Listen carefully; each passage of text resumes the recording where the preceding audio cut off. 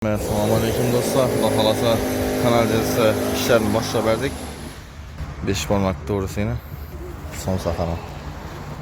Shuningni chana o'tirib beramiz.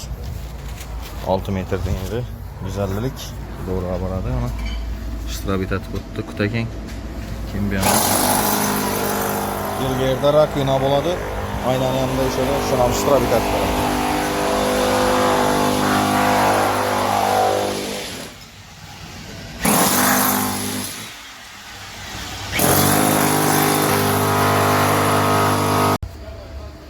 Kanalizasiya işlerimiz bitti.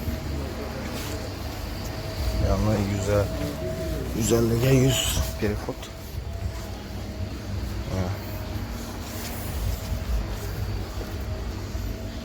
Yanına kavades. Ne iş böyle ya? Güzel parası.